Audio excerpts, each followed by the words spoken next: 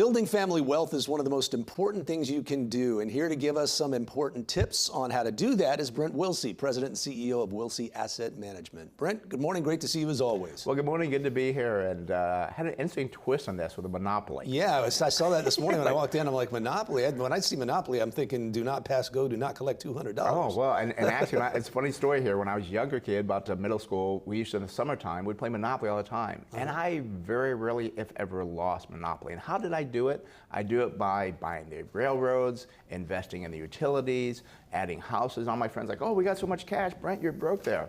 Well, in the end, I won the game because I was investing, not holding on to cash. And that is not how you build family wealth, by doing cash. Silly things people do to not build family wealth is avoid taking your retirement pension plans. People do that. We see it too many times. I get so aggravated. I try to get around it because that is growing your wealth long term. If you want to create a legacy, do not take your pension plan and retirement plans. Don't take them out early?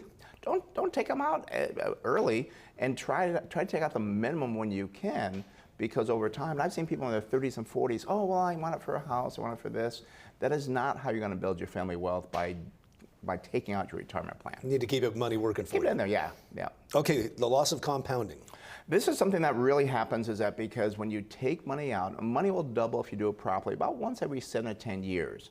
So if you have $100,000 today, we'll make it easy. In 7 years, it'll be $200,000, 14 years, $400,000, 21 years, now you have $800,000. This is when you lose a compounding. When you take things out, you don't leave them there to sit to compound. I see, because that adds up over time, big time. It really does. A lot. Really does. Okay, you say to avoid CDs and money markets for long-term investing.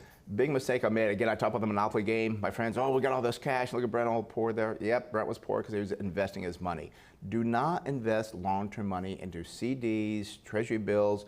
Do not try to worry about what the market's going to do. The market will go up and down. I tell people when they come to us, out of a 7-year period, you're going to have a couple losing years. But over 20 years, those losing years do not matter, because you will average 7, 8, 10%.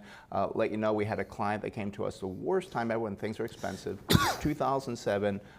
His average return, because what happened in 2008, things dropped dramatically, but his average return is about 7% per year. Investing at the worst possible time, you invested, I think, like $70,000. Today's worth $200,000. Who cares about the short-term downturns? They're going to happen. Ignore them. Okay, real estate. Well, this is called building family wealth. There's 3 ways to do it. One, you can do it by real estate, and by real estate, and be careful about going out and buying the expensive properties, overpaying.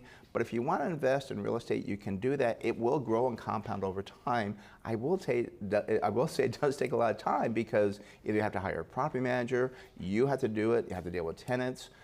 There's a lot of problems with real estate. Taxes, insurance is problems. Sure. So these are things that can hurt real estate. So that's why real estate is one of the areas you can go to. I know I have clients that love real estate.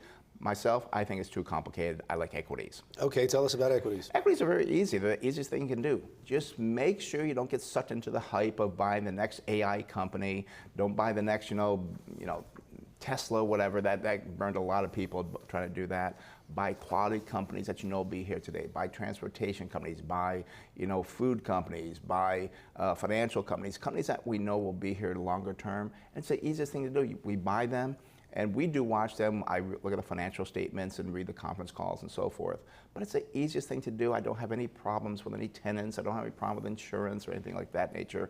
Equities are very easy to build long-term wealth for your family generation. And you say it's important to communicate with your family too. Very important to communicate with the family. I mean, this is something that you have to do, especially if you're going to do something like build a small business or something in your family. You've got to sit down with your family. You've got to let them know what's going on. You've got to educate them. Maybe play a game of Monopoly to understand how to build that wealth. But yeah, patience and understanding is very important. Spend time with your family. Okay, give us, in closing, the website where people can sign up for your newsletter. Sure. It's at smartinvesting2000.com. That's smartinvesting2000.com. All right, sign up for the newsletter. Lots of info. A lot of info there, yeah. All right, Brent, thanks. Have a great rest of your week. You too, thank you.